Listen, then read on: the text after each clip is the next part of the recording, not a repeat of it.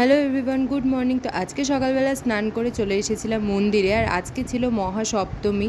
তো মন্দিরে এসে আমাকে বললো একটু চন্দন ঘষতে, তো এখানে আমি চন্দন ঘষতে লেগে গেছিলাম। তারপর এখানে ফলগুলো টাঙাতে বলেছিল, তো ফলগুলো টাঙানোর পর এখানে চলছিল ফল কাটার প্রস্তুতি।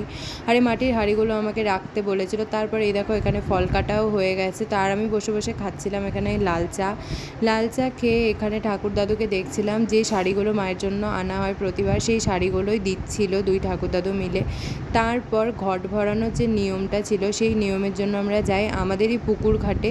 তো এখানে এসে দাদু প্রথমে একটা ঘট ভরিয়ে নিল, ঘট ভরিয়ে নিয়ে চলে আসলাম মন্দিরে। তারপর আরেকটা ঘট নিয়ে এখন যাচ্ছি আবার সেই একই পুকুর পাড়ে। তো পুকুর পাড়ে এসে এই ঘটটা ভরানোর পর যাচ্ছিলাম আবারও মন্দিরে। তারপর আবারও আরেকটা ঘট নিয়ে যাচ্ছিলাম পুকুর ঘাটে।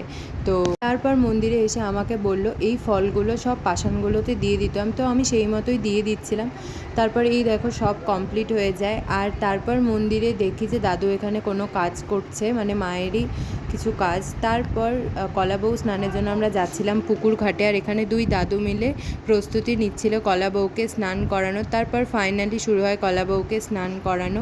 কলা বউ স্নান করিয়ে নিয়ে আমরা এখন যাচ্ছি মন্দিরে এসে দেখি যে মারা এখানে লুচি ভাজছে। তো লুচি ভাজা দেখে আমি পাশের ঘরেই গেছিলাম, পাশের ঘরে হচ্ছিল পুজো। আর এখানে দেখি যে মাকে স্নান করানো হচ্ছে। তারপর আমি চলে আসি বাড়িতে, কারণ বাইরে ভীষণ রোদ ছিল।